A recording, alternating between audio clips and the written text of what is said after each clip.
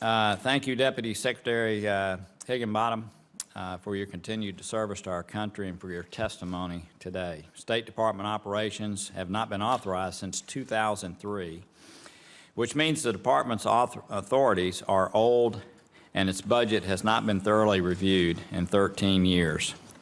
One of our top priorities in this committee is to restore regular committee consideration of a State Department authorization bill, reviving a process that will help the Department become more efficient and effective within a sustainable budget.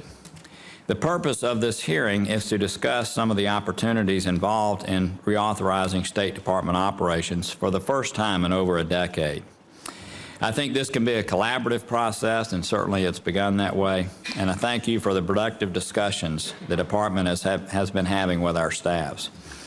As we build towards a bill that I hope will achieve bipartisan consensus, we've been studying the State Department's budget, considering its request for new authorities, and examining ways to make existing programs more effective and efficient. We found many great stories about the work the Department is doing around the world to advance the United States interest. We've also found many instances where we will be able to work constructively together to enhance ongoing Department efforts.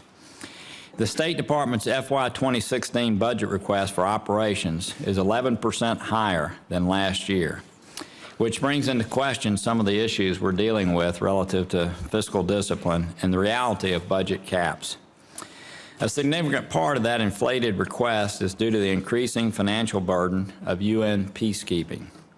The U.S. contributes more than any other permanent members of the UN Security Council, all of them combined, and our share is still going up. Coupled with an increase in peacekeeping missions around the world, this will only place added pressure on other priorities.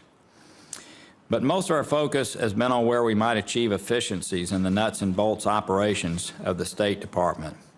One of the potential inefficiencies we found is the proliferation of special envoys and representatives.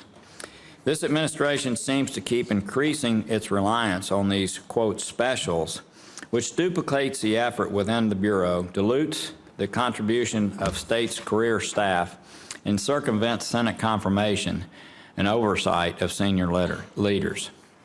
Foreign service special pays and allowances should also be reviewed.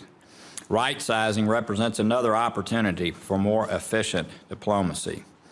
I hope you will address these issues in your testimony, as well as the following: what you hope to achieve through the second quadrennial diplomatic and development review, what you're doing to foster a more rigorous program evaluation across the Department, and whether you think economic diplomacy gets the emphasis that it deserves. Again, thank you for being here. I look forward to our distinguished ranking members' comments and certainly your testimony.